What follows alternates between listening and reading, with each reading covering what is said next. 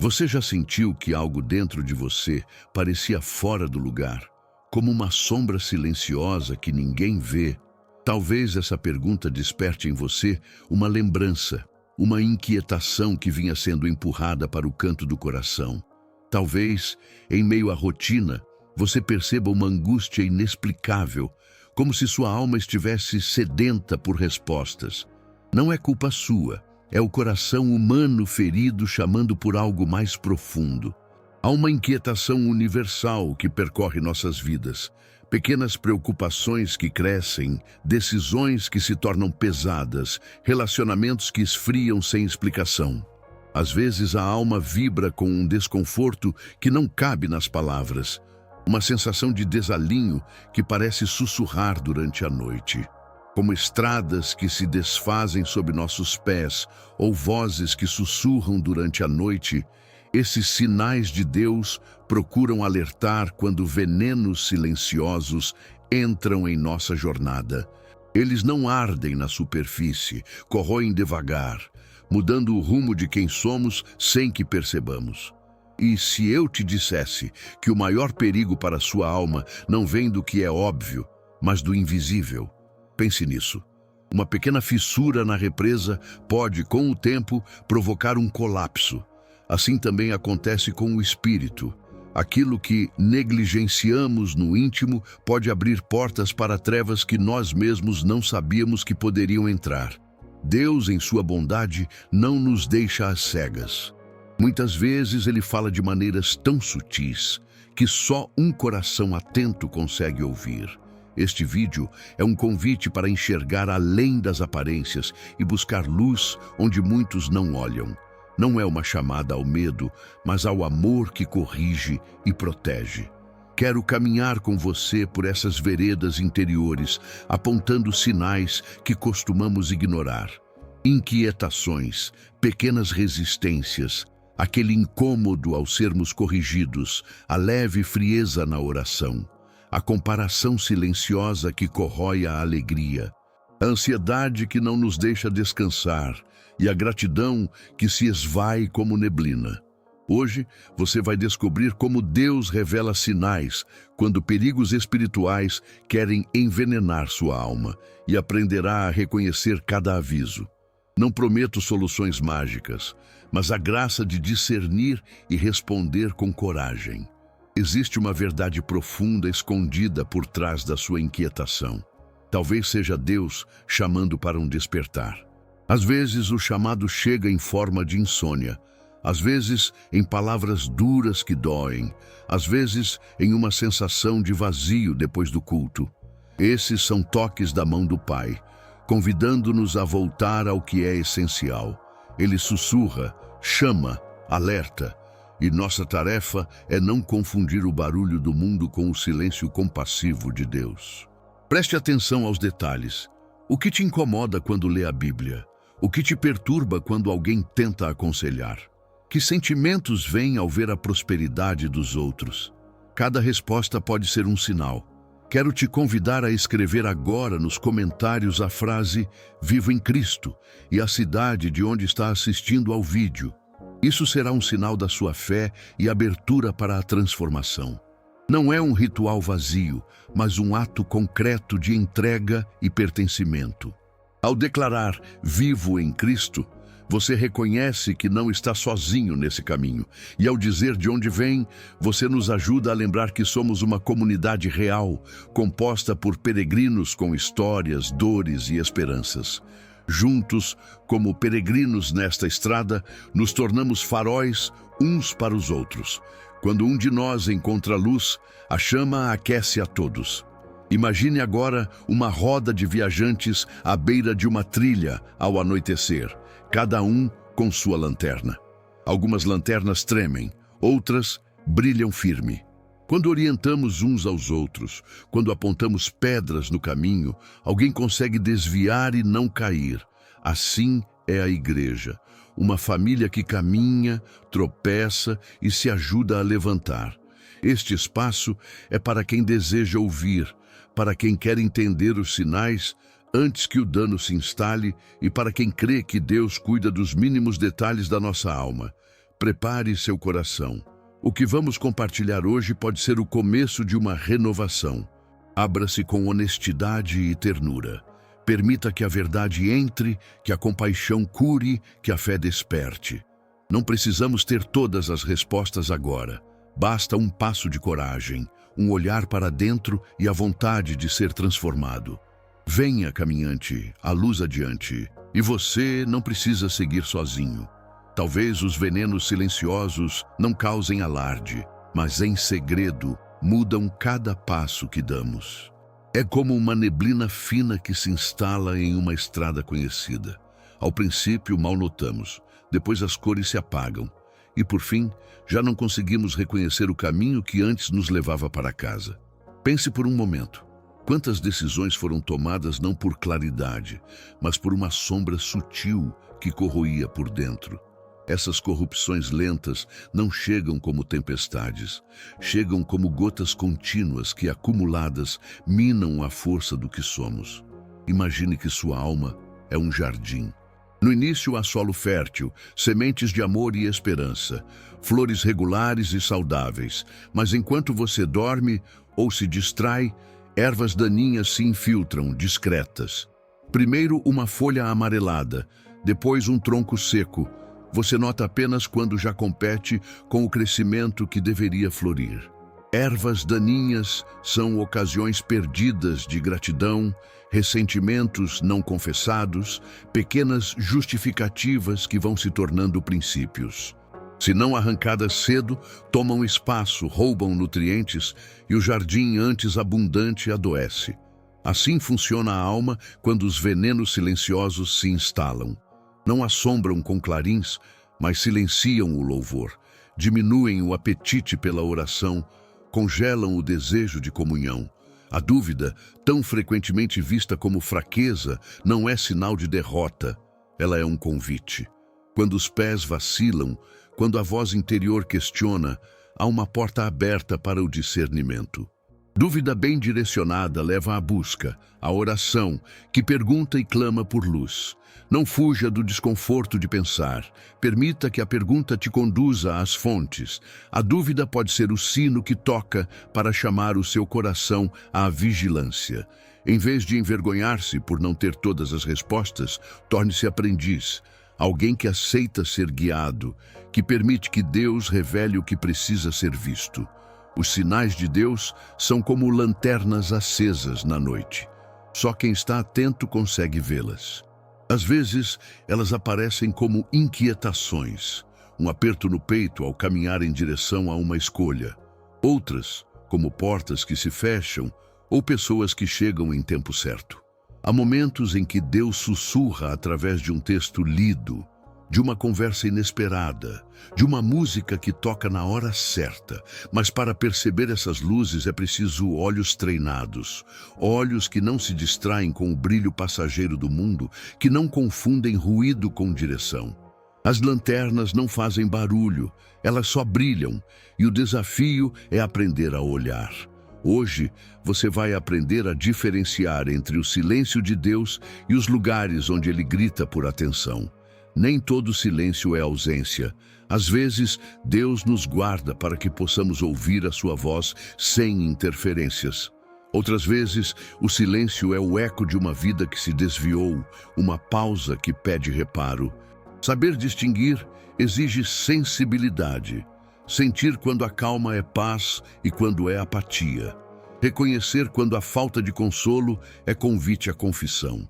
Haverá ensinamentos aqui que acenderão essa sensibilidade em você, não para te acusar, mas para te libertar. Eu conheço essa luta. Como muitos de vocês, já caminhei por veredas escuras.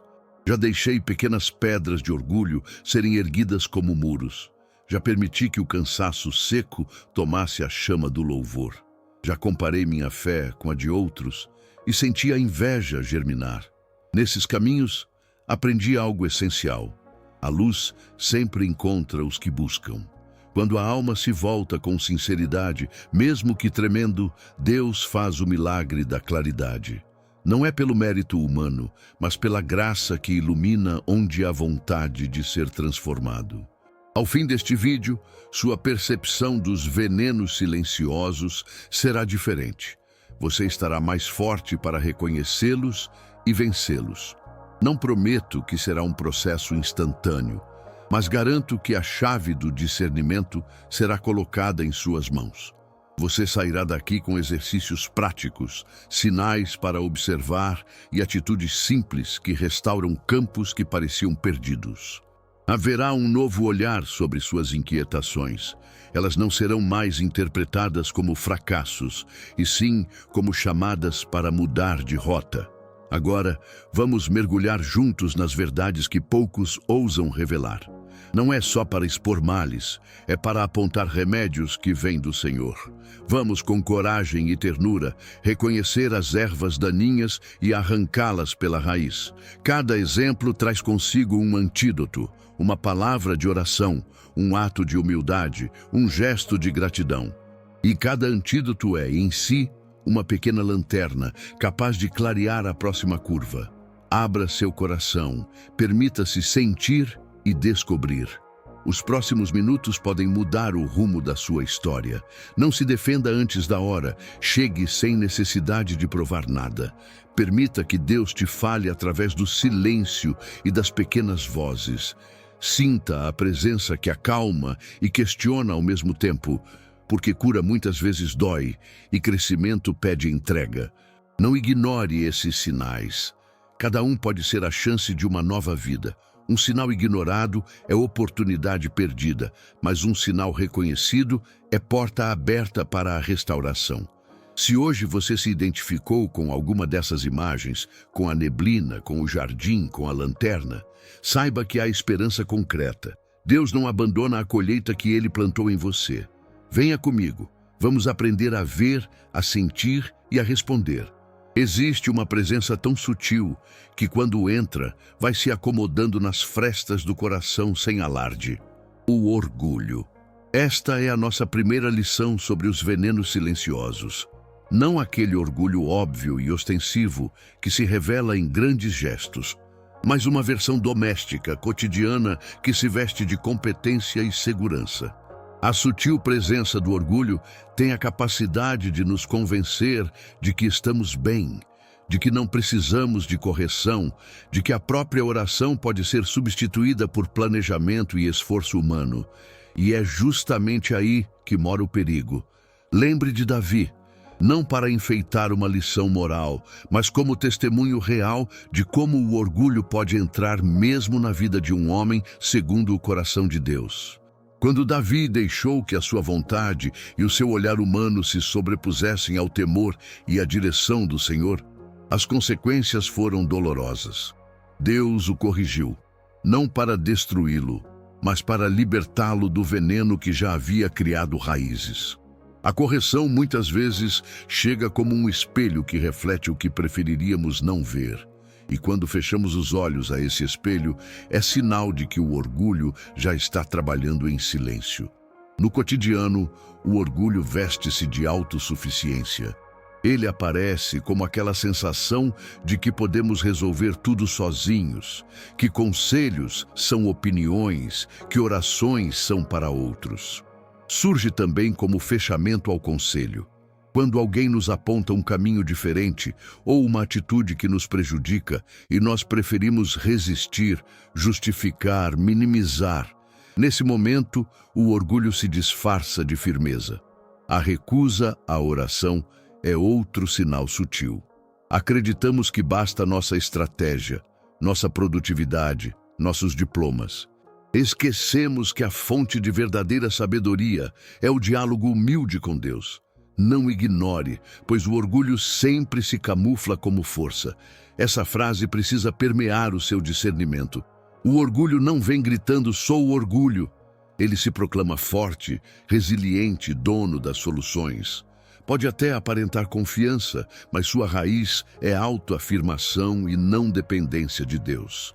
É como um perfume muito forte. No começo, você sente a fragrância, orgulhoso de tê-la escolhido, mas aos poucos o nariz se acostuma e deixa de perceber. Os outros, no entanto, ainda sentem.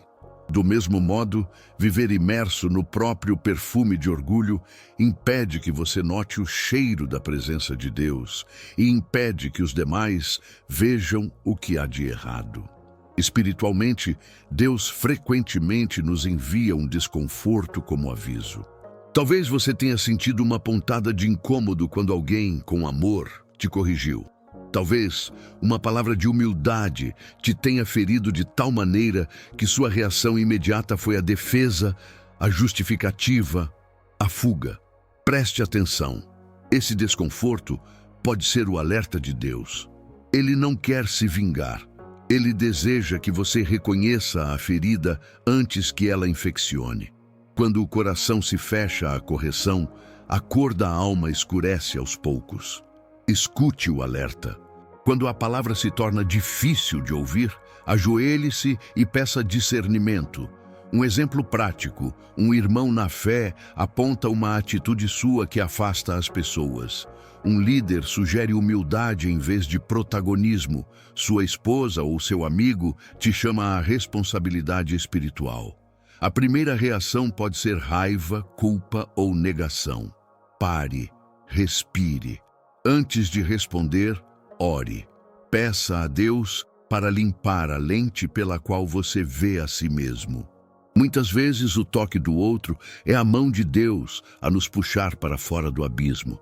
Se hoje alguém te chamou à humildade e isso doeu, talvez seja Deus te livrando do veneno.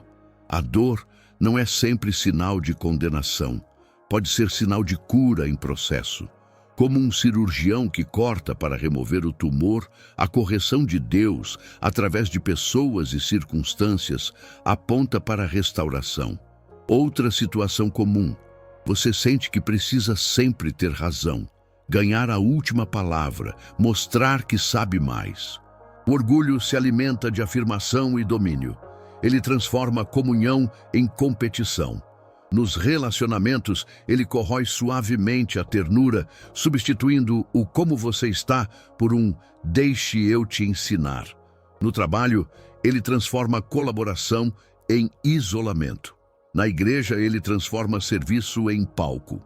Pergunte a si mesmo: minha busca por reconhecimento tem sido maior do que meu desejo de servir? Se a resposta é sim, há veneno para ser tratado. Há também sinais físicos e emocionais: inquietação quando não somos valorizados, irritação diante de correções, orgulho mascarado como justificativas racionais. O orgulho pode nos roubar a paz e a comunhão com Deus sem que percebamos. Quando a oração se torna mecânica, quando a Bíblia perde novidade e quando a comunhão fraterna incomoda, examine seu coração. Às vezes, uma mudança de postura teológica ou uma defesa acalorada é a confirmação de que o orgulho se instalou. O antídoto começa com humildade e confissão. Humildade não é autodepreciação, é verdade. É olhar para si com a honestidade que Cristo nos convida, ver nossas falhas e, ao mesmo tempo, depender da graça. Confessar a terceiros, pedir perdão, aceitar correção, são atos de coragem espiritual que desfazem o nó do orgulho. Busque a orientação de mentores, permita-se ser moldado, retome a prática da oração pedindo não apenas bênçãos, mas transformação. Em termos práticos, faça um exercício. Quando se sentir incomodado por uma correção, não reaja imediatamente. Respire, ore e repita: Senhor, mostra-me a verdade. Peça a Deus que revele onde o orgulho se esconde. Permita que o Espírito aponte com mansidão. E quando perceber a verdade, agradeça a Deus pela voz que te chamou de volta. Lembre-se, o orgulho não é um visitante que fica um dia e vai embora. Ele trabalha em parceria com outros venenos. Alimentado pela frieza, pela comparação, pela ansiedade e pela ingratidão, ele vai se fortalecendo. Por isso é vital atender ao primeiro alerta, ouvir a correção, deixar que Deus faça o trabalho de purificação. O orgulho não anda sozinho.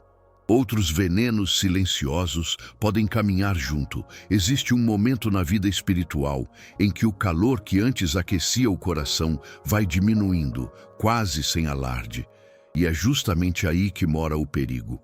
Chamamos isso de frieza espiritual, quando a chama que nos impulsionava a buscar a Deus, a louvar e a nos aproximar dos irmãos, perde intensidade. Não chega com trovões, chega com uma leve dissipação, um desalento sutil, uma acomodação que se disfarça de maturidade.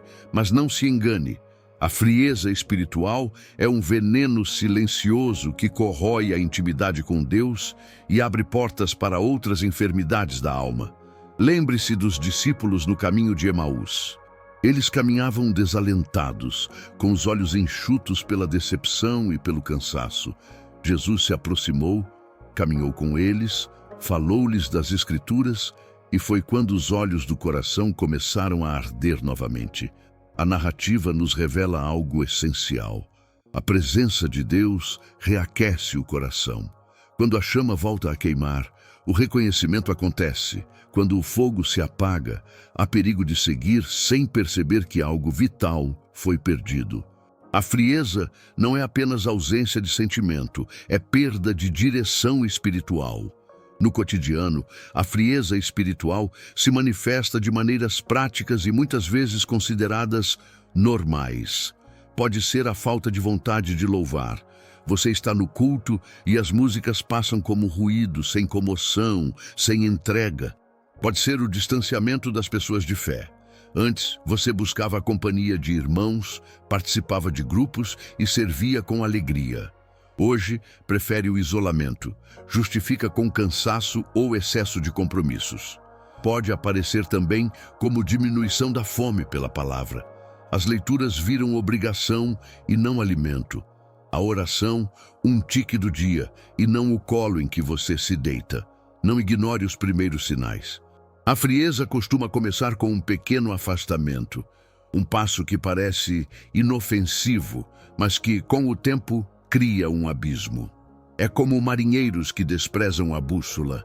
No início, apenas olham para outro ponto. Depois, confiam em ventos e rotas próprias. E, por fim, se perdem em mar aberto. A bússola era a sua vida orientada por Cristo. Desprezá-la resulta em deriva. O coração que deixa de arder perde o rumo, perde sensibilidade, perde o gosto pela comunhão com o Senhor. Deus não nos abandona nesse processo. Ele fala, muitas vezes por meio de inquietações e insatisfações profundas. Aquela sensação de vazio após o culto, a insatisfação com formas de adoração, a saudade de quando tudo parecia mais vivo, são alarmes no espírito. Deus usa esse desconforto para alertar sua alma. Meu filho, minha filha, retorne ao fogo, volte à fonte. Ele não busca nos envergonhar, mas nos restaurar. A inquietação é paradoxalmente uma misericórdia. Costuma ser o sinal de que algo em você ainda deseja a cura. Como reconhecer esses sinais com clareza? Observe suas reações diante da palavra, da oração e da comunhão. Quando alguém te convida a um encontro de louvor, qual é a sua resposta interior? Quando abre a Bíblia, o que sente? Se a primeira reação for indiferença, irritação com rituais ou justificativa racional para não participar, há motivos para a atenção.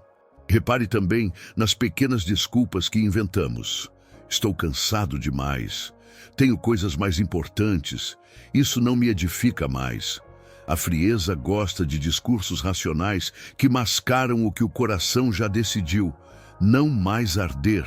E então, o que fazer? Primeiro, reconheça com humildade. Negar o distanciamento só o aprofunda. Confesse essa frieza ao Senhor com sinceridade. Não uma confissão rápida, mas um retorno consciente. Traga diante de Deus as razões. Às vezes você descobrirá mágoa, ofensa, rotina, excesso de trabalho ou simples negligência. Peça a Ele que reacenda a chama. A oração para pedir fogo não é acadêmica. É um clamor, um suspiro do coração que admite fragilidade e pede restauração. Procure também a comunhão dos irmãos. A caminhada com outros cristãos é um meio que Deus usa para reacender o coração. Permita que alguém te convide, te acompanhe, te desafie com amor. Às vezes, um testemunho, uma leitura compartilhada ou um ato de serviço em comunidade reaviva a paixão. Não subestime o poder de uma comunidade que ora por você e com você. Como nos aprendemos com Emaús, o caminho se torna combustível para o reencontro quando há companhia sensível ao Espírito. Requalifique práticas, reveja seus hábitos de leitura bíblica, oração e louvor. Substitua a obrigação por intenções renovadas. Leia com um propósito, ore com foco, louve com gratidão, ainda que o sentimento não venha de imediato. Muitas vezes, a chama recomeça quando a disciplina encontra a graça. E se persistir um sentimento de apatia, busque aconselhamento pastoral. Não confunda a autonomia espiritual com isolamento. Nós somos chamados à comunidade e ao cuidado mútuo. Ao mesmo tempo, aceite o tempo de restauração. Reacender o coração pode demandar fé paciente. Deus pode permitir momentos de purificação, dores que nos tornam mais dependentes dele. Não tema esse processo. Permita-se ser conduzido de volta ao altar, mesmo que o ardor demore a retornar. Lembre-se de que os discípulos, depois de reconhecerem Jesus, voltaram cheios de alegria. Há esperança para você também.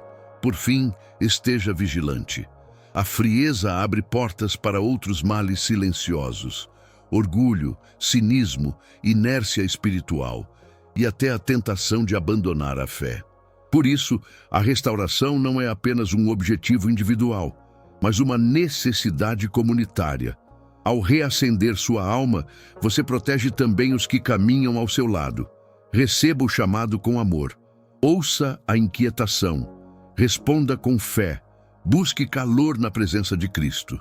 Deixe o coração voltar a arder para que sua vida seja testemunho de que a chama de Deus não se apaga quando somos fiéis para voltar a ela. Há um veneno que se disfarça com facilidade. Chama-se inveja, mas muitas vezes se apresenta como algo saudável, uma comparação que promete motivação, quase uma análise inocente. Começa com um olhar que se demora demais na vida do outro e cresce como uma sombra que se estende sem que percebamos. Na Bíblia, vemos essa dinamização trágica no coração de Saul, que olhou para Davi e, em vez de reconhecer a obra de Deus na vida do jovem pastor, deixou que a inquietação e o ciúme corroessem a sua paz. O que começou com uma percepção passou a ferver em medo e ódio. E assim, o rei perdeu o senso, a fraternidade e a missão que Deus lhe confiara. Hoje, esse veneno age com novos disfarces. Nas redes sociais, nas timelines bem curadas, o inimigo encontra terreno fértil, fotos de conquistas, palavras de vitória, famílias celebrando, ministérios crescendo, tudo amplificado por filtros e cortes que escondem lutas.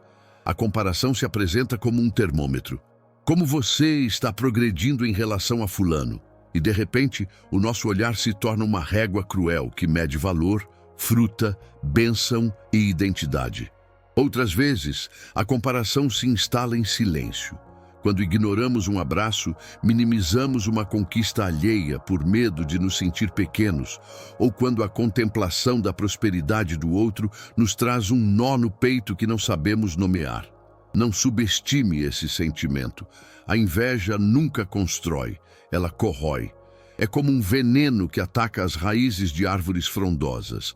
Por fora, o tronco pode parecer imponente, mas por dentro, as raízes apodrecem e a árvore perde a vida.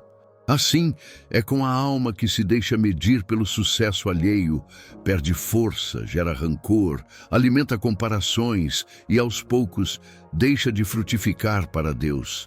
O sintoma espiritual muitas vezes se manifesta em pequenas atitudes, alegria contida diante da vitória do irmão, comentários que diminuem o brilho do outro, ou até a falsa conselharia que na verdade critica.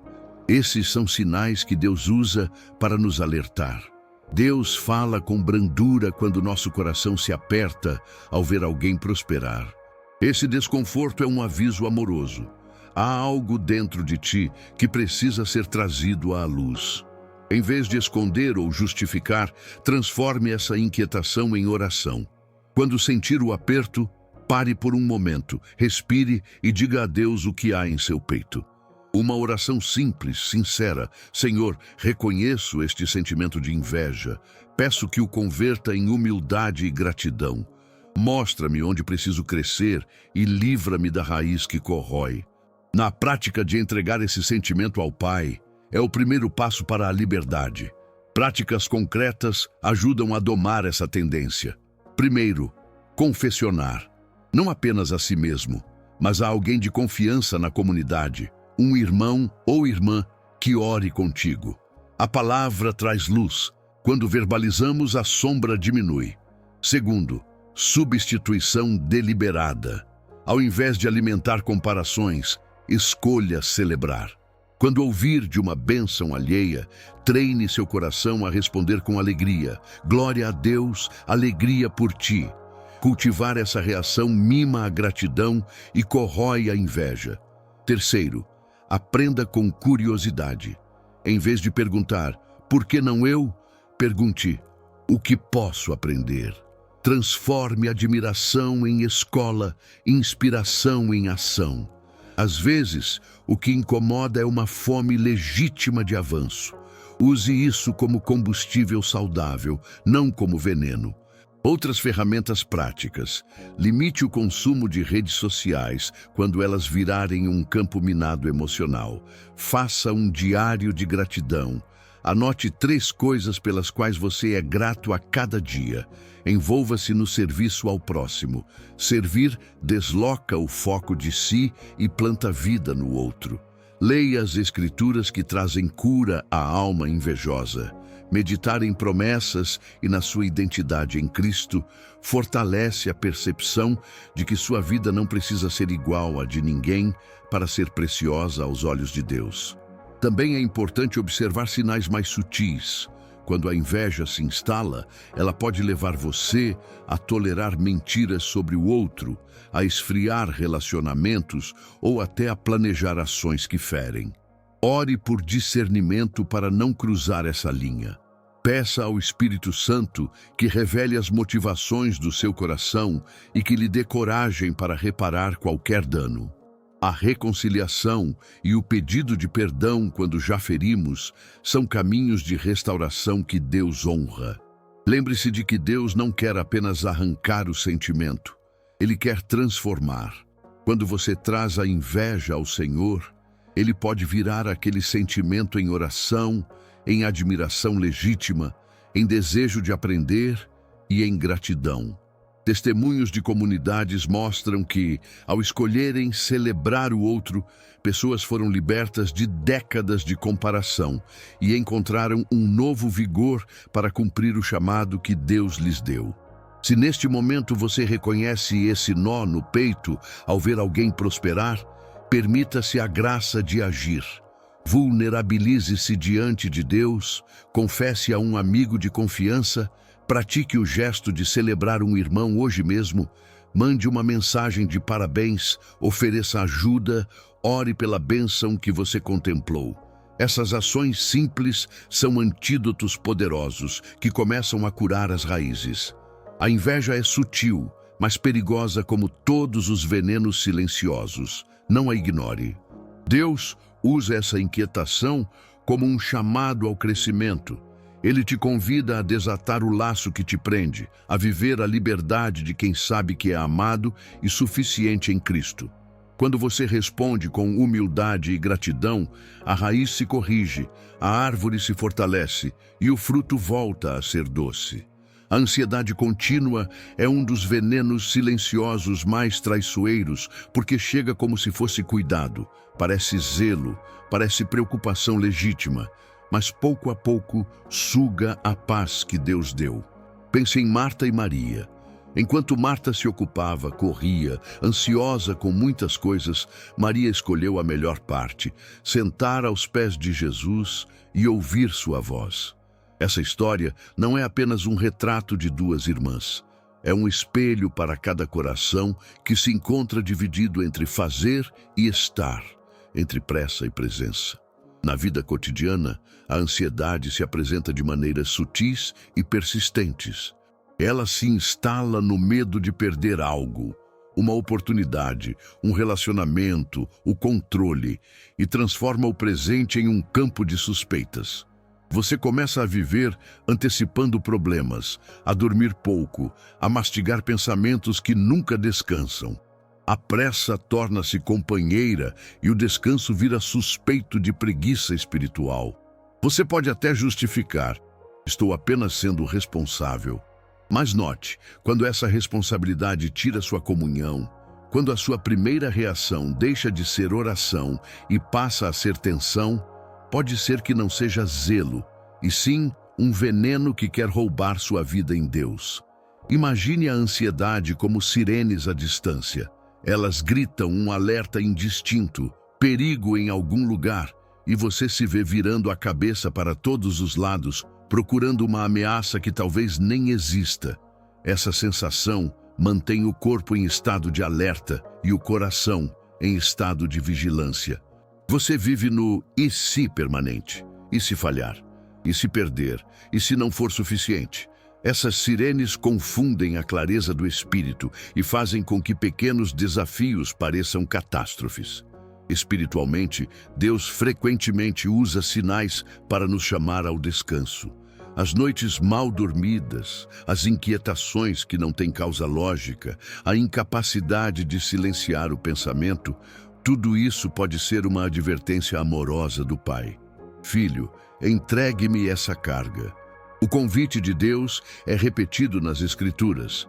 Lançai sobre ele toda a vossa ansiedade, porque ele tem cuidado de vós. Esse não é um conselho vago, é um caminho prático para recuperar a paz. Quando nós persistimos em segurar o que não nos pertence, a ansiedade cresce e toma decisões por nós que só deveriam ser tomadas na oração. No campo prático, o primeiro reconhecimento já é libertador. Se você percebe que o coração não se aquieta, pare, respire. Abaixo alguns passos simples, aplicáveis e espirituais, que podem ajudar a romper esse ciclo. Nomeie a ansiedade. Dê forma aos pensamentos que o assombram. Escreva-os num papel. Muitas vezes o que parece um turbilhão se torna administrável quando transposto para palavras. Faça um momento da preocupação controlado. Separe 15 minutos do dia para trazer ao Senhor essas inquietações. Orar, entregar, buscar promessas bíblicas. Depois desse tempo, pratique conscientemente devolver aquelas preocupações a Deus, repetindo: Senhor, eu confio. Essa disciplina ensina o coração a não viver em regime de alerta contínuo. Pratique um pequeno ritual de entrega antes de dormir. Leia um salmo que reafirme a presença de Deus. Entregue em oração cada medo. Deixe um símbolo físico, uma folha com seus nomes de preocupação, em um lugar visível. E ao orar, coloque essa folha numa caixa de entrega ou rasgue-a como sinal de liberação. Cultive o silêncio e a presença. Maria nos ensinou que há valor em permanecer. Reserve tempo sem agenda para apenas estar com Jesus, ouvir sua voz, receber sua paz. A ansiedade teme o silêncio, porque no silêncio ela perde palco. Busque a comunidade. Partilhar a luta com um irmão ou irmã em fé traz alívio. Orar com alguém que pode interceder e lembrá-lo das promessas de Deus fortalece o coração cansado. Reforce sua mente com a verdade. Memorize versículos que combinem com sua batalha. Promessas de provisão, presença e cuidado. Recitar a palavra é como ancorar o barco em meio à tempestade das sirenes. Não subestime as ações práticas. Sono regular, alimentação, caminhadas e limites saudáveis nas redes sociais influenciam diretamente na intensidade da ansiedade. Às vezes, o veneno se alimenta de culpa por não descansar. Afinal, até o próprio Criador estabeleceu o descanso. Cuidar do corpo é honrar o templo onde o Espírito habita. Lembre-se também de discernir. Algumas ansiedades têm raízes em questões clínicas e podem precisar de ajuda profissional. Buscar um pastor, um terapeuta ou um médico não é falta de fé, é sabedoria. Deus pode usar profissionais para nos conduzir à cura. Por fim, a vitória sobre a ansiedade começa por uma pequena, porém profunda atitude: confiar. Confiar que Deus vê, que Deus cuida, que o tempo dele é sábio. A ansiedade quer substituir a confiança por controle. Entregar não é omissão, é aliança. Você faz sua parte com fé, planejar, agir, trabalhar e confia os resultados ao Senhor. Essa é a liberdade cristã que Maria experimentou quando escolheu a melhor parte. Se hoje seu coração bate apertado e as sirenes soam altas, saiba que há um lugar de abrigo. Venha à presença de Jesus. Coloque ali cada medo. Permita que Ele transforme a sua inquietação em adoração, sua pressa em presença, sua vigilância em descanso. A ansiedade é insidiosa, mas a fé que entrega é mais poderosa. Respire, olhe para Cristo e deixe que a paz que excede todo entendimento guarde seu coração e sua mente. Há um episódio na vida de Jesus que nos atravessa como um espelho. Os 10 leprosos que ele curou e a surpresa do mestre quando apenas um estrangeiro, um samaritano, voltou para dar graças.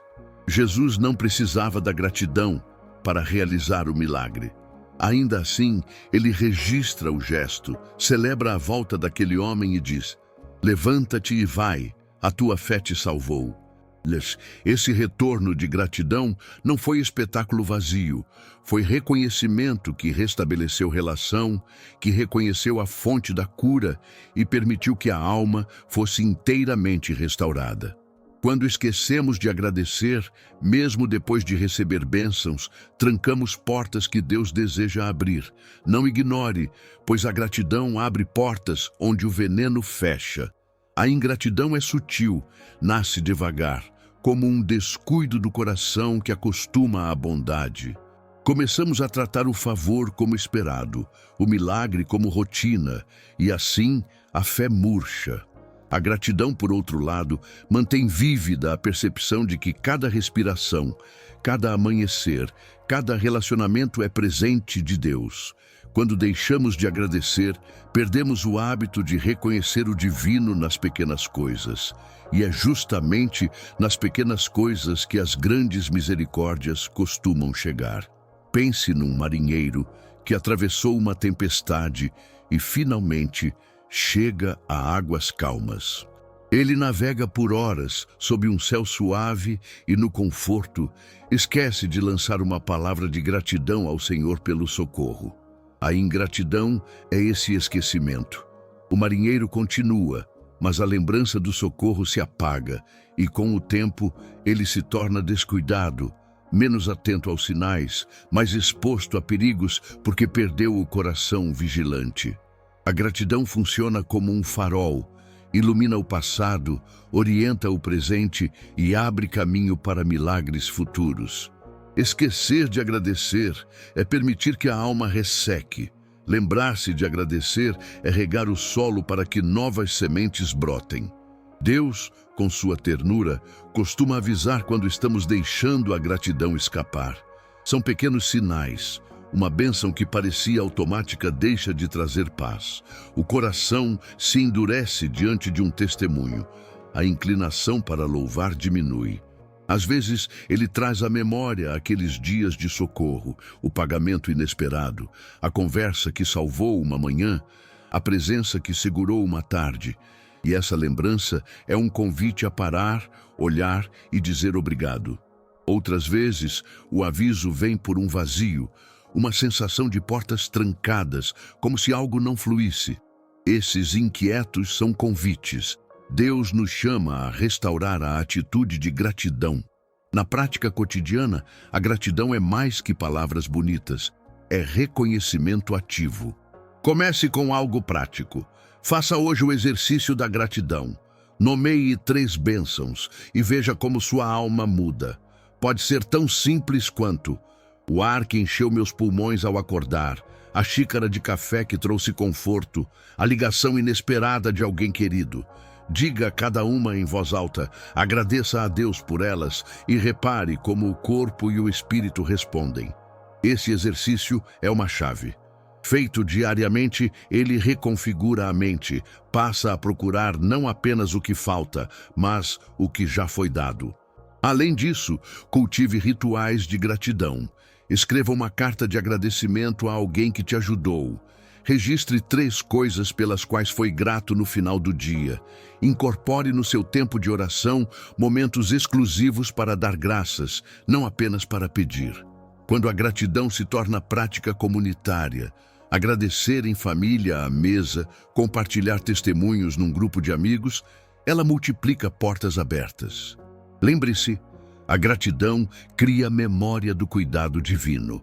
Memória que gera confiança e abre espaço para novos atos de Deus.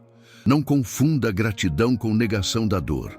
É possível ser grato mesmo em meio ao sofrimento, e muitas vezes a gratidão é a porta pela qual Deus traz consolo no meio da aflição. Reconhecer uma bênção, ainda que pequena, quando tudo parece ruir, é um ato de fé. É admitir que Deus não abandonou a cena, mesmo quando o quadro está difícil. E é justamente nessa gratidão humilde e real que milagres podem reaparecer, porque ela reconecta o coração ao doador das bênçãos. Permaneça atento aos sinais que Deus te dá para resgatar a gratidão. Uma lembrança que vem de repente, um incômodo no peito quando você se esquece de falar obrigado, a sensação de que algo não flui em sua vida. Responda a esses sinais com celebração. Quando você volta para agradecer, como o leproso que voltou a Jesus, algo além do gesto físico acontece. Sua alma se abre, a comunhão se renova e portas que pareciam fechadas começam a ranger e se abrir. Por fim, pratique olhos que veem e lábios que reconhecem. Procure listar não só grandes eventos, mas o cotidiano. A comida, o trabalho, a amizade, o sono restaurador, a liberdade de escolher. Faça a disciplina de nomear, celebrar e compartilhar. Em poucos dias, a perspectiva muda. O que parecia ordinário ganha rosto de milagre. E quando a gratidão se torna raiz, outros venenos silenciosos, orgulho, frieza, inveja, ansiedade, perdem força, porque um coração agradecido é um coração humilde, aquecido, generoso e descansado em Deus. Faça hoje esse gesto simples e transformador. Nomeie 3 bênçãos, fale com Deus e permita que a gratidão reabra portas que você nem sabia que havia fechado. Lembre-se, Deus provê sinais para nos trazer de volta. Nós precisamos apenas responder com um coração que reconhece e que louva. Ao chegarmos ao final desta jornada, vale a pena voltar o olhar com calma e carinho para aquilo que desvendamos juntos. Lembra-se dos 5 venenos silenciosos que podem envenenar o caminho da sua alma. Vamos recapitular. Não como quem risca itens de uma lista, mas como quem revisita um campo onde as ervas daninhas foram identificadas, para que agora possamos arrancá-las com cuidado pela raiz, observando cada raiz que se estende por baixo da terra. Imagine que caminhamos por uma horta. Saber onde as raízes se enroscam nos dá a chance de sarar o solo e permitir que as plantas boas cresçam. Ao olhar com atenção, você consegue ver onde o solo precisa ser revolvido, regado e protegido. Cada pequeno gesto de cuidado repercute no todo. Primeiro, o orgulho. Ele se disfarça de competência, como um casaco elegante que nos protege do frio, mas aos poucos nos isola. O orgulho sussurra que você não precisa de conselho, que suas decisões bastam. Talvez tenha se pegado resistindo a uma correção no trabalho, recusando um pedido de desculpas ou justificando atitudes que ferem outros. Em reuniões, no lar, nas pequenas disputas, o orgulho aparece como um "eu sei" que fecha portas. Deus, Pai amoroso, nos chama de volta à humildade por meio desse desconforto. Por isso, não ignore a pontada quando alguém com ternura aponta uma verdade. Permita que essa pontada seja um GPS que aponta para a humildade, não uma ferida a ser enterrada. Um gesto prático. Quando sentir a defesa subir, respire, agradeça pela observação e peça tempo para refletir antes de responder. Depois, a frieza espiritual. Um resfriamento interior que transforma fogo em brasa distante. A fé que antes incendiava, agora vira rotina. O louvor não gera mais lágrimas, o culto parece compromisso e a oração perde matiz. A frieza não cai de repente, começa com domingos perdidos, leituras remarcadas e comunhão deixada de lado, pequenas fissuras que, somadas, apagam o brilho. Lembre-se dos discípulos em Emaús. Só reconheceram Jesus quando seus corações voltaram a arder. Reacender esse fogo pode ser simples. Escolha uma passagem curta que sempre queimou em você e leia-a com lente de criança, ou participe de um grupo pequeno que compartilhe testemunhos reais. Experimente também variar o ambiente da oração. Caminhe, acenda uma vela, cante baixinho, para provocar o coração a sentir novamente. Em seguida, a inveja, muitas vezes travestida de comparação saudável. No feed das redes, nas conversas de corredor, medimos nosso valor pela bênção alheia. Quando o sucesso do outro fere mais do que alegra, há uma ferida que precisa de cura. A inveja corrói silenciosamente, como ferrugem em metal. Se não tratada, compromete a estrutura inteira da vida espiritual. Experimente, diante da comparação, agradecer genuinamente por aquele dom no outro. É um antídoto prático. Faça isso de forma concreta.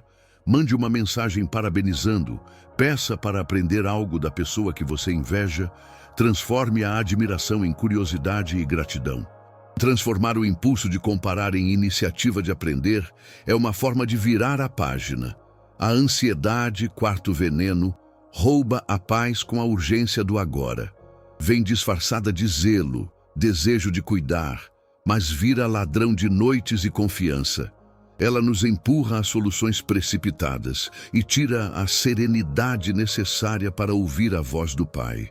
Maria e Marta nos ensinam que é possível agir e, ao mesmo tempo, permanecer em paz. Práticas simples como respirações profundas. Experimente a técnica 4-4-4, inspire 4, segure 4, expire 4. Escrever as preocupações num papel e colocá-las diante de Deus ajudam a treinar a entrega. Outra ferramenta prática, estabeleça horários para se preocupar. Sim, agende 10 minutos para listar problemas e ideias e depois feche essa caixa até a próxima sessão. Também vale dividir uma preocupação com alguém de confiança. Falar em voz alta já diminui o peso e abre espaço para soluções. Por fim, o esquecimento da gratidão. Quando deixamos de notar pequenas graças, fechamos portas para o milagre. Dos 10 leprosos curados, apenas um voltou para agradecer. Imagem poderosa de quanto a ingratidão empobrece a alma. A gratidão é como o sol que abre flores. Quando a exercitamos, o jardim da vida responde com cor e perfume. Um exercício prático é manter um pote de gratidão. À noite, deposite um bilhete com algo pelo qual você é grato. Pode ser uma meia hora de silêncio, um gesto de um amigo, o café quente pela manhã. Outra prática, escreva uma carta de agradecimento por mês. Mesmo que não a envie, o gesto muda o coração. Acrescente também o hábito de verbalizar agradecimentos em família. Esses pequenos rituais cultivam um clima de reconhecimento que se multiplica. Se você caminhou até aqui, quero dizer com carinho, você faz parte de uma minoria preciosa. Nem todos param para examinar o próprio coração com coragem e delicadeza. Sua disposição em olhar, ouvir e aprender revela uma alma sedenta por verdade. E isso merece reconhecimento. Parabéns por não ter se acomodado. Sua busca é um testemunho vivo de que há pessoas que querem andar de olhos abertos. Você não está sozinho. Há uma comunidade erguendo a mesma bandeira do discernimento. Fique com esta frase: venenos silenciosos são derrotados por corações atentos, você está mais forte agora. Não é só pensamento bonito, é proclamação de fé. Cada alerta que Deus suscitou é oportunidade de mudança. Cada pontada é uma lâmpada acesa na escuridão, guiando até a cura. Por isso, proponho um compromisso visível. Escreva nos comentários: eu viverei atento aos sinais de Deus, e acrescente a cidade de onde está assistindo. Faça desta declaração um marco público da sua decisão de viver com atenção espiritual, não como performance, mas como lembrete e convite para que outros encontrem coragem. Ao escrevê-la, você fortalece a si mesmo e encoraja quem ler. Se ainda não faz parte da nossa comunidade oficial aqui no canal, inscreva-se agora. Assim você não perde os próximos encontros, onde aprofundaremos ferramentas práticas de oração, estudo bíblico e discernimento. Curta este conteúdo se tocou seu coração e compartilhe com quem precisa desta palavra. Uma mensagem pode alcançar onde você não pode ir. Antes de terminar, proponho um pequeno exercício. Permaneça alguns minutos em silêncio, sem distrações. Desligue o telefone, feche os olhos, respire profundamente. Imagine Deus à sua frente, não como juiz, mas como aquele que acolhe. Permita-lhe revelar onde há orgulho a ser desmontado, onde o coração esfriou, onde a comparação feriu, onde a ansiedade roubou o sono e onde a gratidão foi esquecida. Não force respostas, apenas escute. Anote lembranças ou palavras que venham, talvez humildade, ardor, liberdade, descanso, obrigado, e use isso como ponto de partida para oração e ação. É nesse silêncio que muitos primeiros passos de cura acontecem. Deixo também ações práticas como sementes para os próximos dias. 1. Peça a alguém de confiança uma palavra sincera sobre orgulhos ocultos. 2.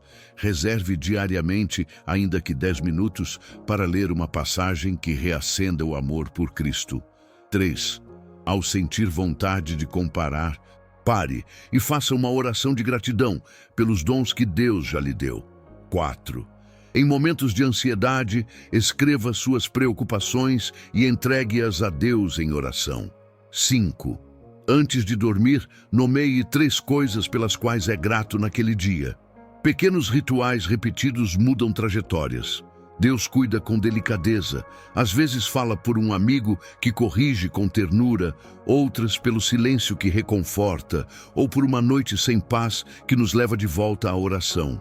Aprender a ler esses sinais é cultivar uma visão desperta. Você que escolheu caminhar atento está respondendo ao convite. Que bênção pedir por você agora. Que a paz que excede todo entendimento guarde seu coração e mente em Cristo. Que os olhos do seu coração se abram para ver as pequenas luzes que Deus acende. Que cada veneno identificado se transforme pela graça em aprendizado e vitória. Que sua alma encontre descanso nas promessas divinas e sinta dia após dia o calor da presença que cura, guia e sustenta. Leve esta imagem. Numa trilha ao amanhecer, você vê pegadas e às vezes se perde, mas há lanternas ao longo do caminho. Alguns passam sem notar, outros atentos seguem a luz. Você escolheu ser daqueles que olham para as lanternas. Continue assim. A caminhada não é isenta de desafios, mas agora você vê os sinais e sabe como responder. E isso faz toda a diferença. Nos vemos na próxima jornada. Até lá, vigie seu coração, pratique humildade, reacenda o fogo do amor por Cristo, transforme comparação em contentamento, entregue sua ansiedade e cultive gratidão. Você é querido, acompanhado, e Deus nunca cansa de buscar os seus. Permaneça firme e amado.